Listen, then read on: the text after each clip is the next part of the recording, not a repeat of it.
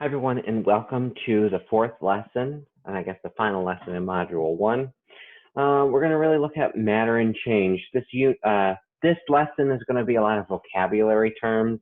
I'm just going to underline the important terms. They're underlined or italicized in here. So what is chemistry, really? Honestly, probably should answer that in day one, but chemistry is the study of matter and all the changes that it can undergo. Matter is anything that has mass and volume. Mass is the measure of the amount of stuff the object contains. But that's going to be different than weight, okay? And weight has to do with, as we know, gravity. Okay, so on Earth, on the Moon, on Mars, they all have different gravitational pulls, so I may weigh different, but the amount of mass, the amount of stuff that I contain is the same. So properties can either be extensive or intensive, and it's important that we understand the difference between these. Extensive properties depend on the amount. So mass, volume, calories, all depend on the amount in the sample, where an intensive property depends on the type, not necessarily how much. So hardness, density, boiling point are all examples. If I have 100 grams of water, 1,000 grams of water, 1,000,000 grams of water, the boiling point's all the same. Now, it's going to take longer to get to the boiling point because the amount of energy required to get there is going to be exponentially greater depending on the mass, but the boiling point will all be the same. If I have a piece of gold, like a little fleck of gold versus a gold bar, they're going to have the same density and hardness, okay? Physical properties are properties that can be observed and measured without changing a material's composition. Color, hardness, melting point, boiling point are all examples. I can look at something and say, oh, you're wearing a yellow shirt, and then the shirt doesn't magically change color, okay? So nothing about it changes.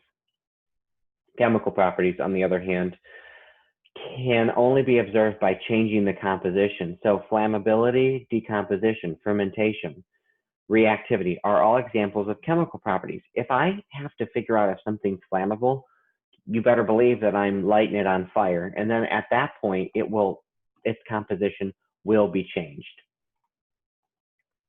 States of matter, solid, liquid, gas, you should already be familiar about that. Matter that has a definite shape and a definite volume would be a solid. Liquid, matter with a definite volume, but it takes the shape of its container. Gas, matter that is without a definite volume or shape. This is important. This is an important term, vapor. Okay, vapor is a substance that's currently a gas, but normally a liquid or a solid at room temperature. So if we talk about water, water as a gas is steam. The proper term, the better term would be water vapor because it's normally a liquid at room temperature. So what will happen in an increase in temperature? You increase the temperature, you're going to increase the amount of energy and the speed of the molecule. So a solid, when I increase the temperature, will turn into a liquid. A liquid, when I increase the temperature, will turn into a gas, okay? Again, these are all things you should know. And then we have, can it compress? Compress means just basically take it, smush it together. Can you get those molecules, those particles, those atoms closer together? Well, in a solid, no, you cannot. Okay, they are as close as possible. They look something like this. There's really no space. Liquid, they're further apart. You can compress them. When you compress them, the liquid will turn into a solid. A gas will turn into a liquid. You compress them, you put the gas molecules closer, they'll turn, because the gas would be like this, like, oh, we're all over the place. And then finally, plasma, matter that's formed at extremely high temperatures. You don't really have to worry or discuss about that. Physical changes of matter. Again, these are things you're probably well familiar with. So if I go from a solid to a liquid, that would be melting. A liquid to a solid would be freezing. A liquid to a gas would be lots of words here. Boiling, evaporating, The best word to use to process vaporization. I'll spell for a second. Vaporization. That's going from a liquid to a gas because it was originally a liquid. Now you're turning it into a gas. Now it's a vapor, so you're vaporizing it. Gas to a liquid we know is condensation. The solid to gas and gas to solid might be ones that you're less familiar with. When you go right from a solid to a gas, that's called sublimation. Think of dry ice, which if you don't know is carbon dioxide. Gas to solid is called deposition. You're depositing the solid onto the surface from the gas. Okay. Again, you should be somewhat familiar with almost all of those, if not all of them. Then we have physical and chemical changes. So a physical change will change the visible appearance without changing the composition. So I could cut a piece of paper. It's still paper. I could, what else could I do?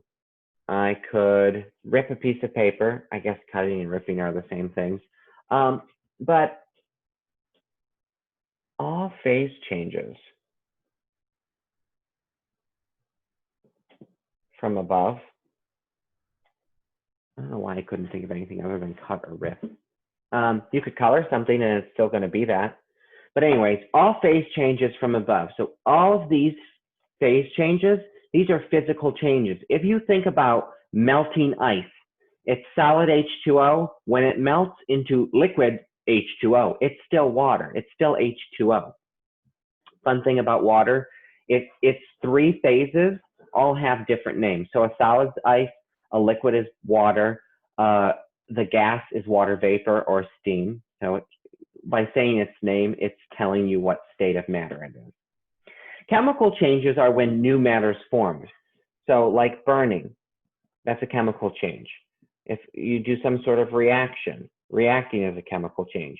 Like for example, rusting, okay? You leave metal out with oxygen, it oxidizes, it rusts, and now you have a new compound that is formed. Mixtures, okay? So mixtures are a physical blend of two or more substances. You have heterogeneous and homogeneous mixtures. Heterogeneous mixtures are not uniform in composition. Hetero means different. So, examples, a salad. You have the lettuce and the tomato and the cucumber and the croutons and whatever else you put in your salads. Chex Mix, those are good examples of heterogeneous mixtures. Homogeneous, homo means same, mixtures that have the same composition throughout. These are often called solutions. So an example, you take the Kool-Aid, you mix the water with the Kool-Aid powder, or you can do lemonade, real lemon with water and sugar. Okay, you mix them all together, it just looks like one thing. It just looks like water, but there are things dissolved in there. Solutions can occur between any states of matter. You can have a gas-gas solution, so a mixture of gases that all look like one thing. Best example of that would be our atmosphere. You don't see individual oxygen, carbon dioxide, nitrogen gas all together. It's just one thing. Liquid gas, gas liquid, solid, solid. All of those can be different kinds of mixtures. If you think about a gas dissolved in a liquid, that would be a carbonated beverage, like a soda or a sparkling water. Okay, so that would be a solution. So you're going to hear the word phase a lot. It's just used to describe any part of a sample with a uniform composition of properties. A homogeneous mixture contains a single phase. So even though it's two things, it looks like one thing, so it's one phase, where a heterogeneous mixture consists of two or more phases because they're separate. They do not mix together. This is all in module 1, lesson 1. So I'm going to skip over that. So substances can either be elements or compounds. Elements are the simplest kind of matter. They cannot be broken down and still have the same properties of that element, and they only contain one kind of atom. So if I have gold, it's all gold atoms. If I have silver, it's all silver atoms. Compounds, on the other hand, can be broken down by chemical means, and when they're broken down, they're going to have completely different properties than their original compounds. They are made up of two or more atoms chemically bonded. A good example of a compound, sodium chloride, salt. Sodium and chlorine. Sodium is a malleable metal that will react with the water in the air and it will catch on fire, okay? Chlorine is a dangerous poisonous gas. You mix those two things together and you get salt. So the stuff you put on your French fries. So you can see how they're so different. Those properties are so different than what we started with. So you can see here, this is just an element. It's all one thing. Here we have a mixture of different elements. When those elements are mixed together, they form compounds. This is all real basic stuff here. Here is a nice flow chart here to determine about the different types of matter, if it's a mixture or a substance. We've got chemical reactions. The ability of a substance to undergo a specific chemical change is called a chemical property. During a chemical reaction, the composition of matter always changes. And when you see a reaction, it's always reactants on the left side. You've got your arrow, you've got products on your right. We're going to go much more into that later. But there are 5 ways to recognize chemical changes. And I'm going to have video clips on the presentation that show the 4 ways are showable. The 5th way, the irreversibility, you can't show that it's irreversible, but when you do something, it's very hard to undo it. If I mix the sodium and the chlorine together, it's nearly impossible to break them apart. It takes an extreme amount of energy in order to go ahead and basically start over. It doesn't just happen. But the ways that you recognize that a chemical change has occurred, energy is either absorbed or released, which we're going to talk about on the next slide. A color change, a gas is produced, and you would see that because it would be, you would see bubbles. And then the formation of a precipitate. So you mix 2 liquids together and a solid is formed.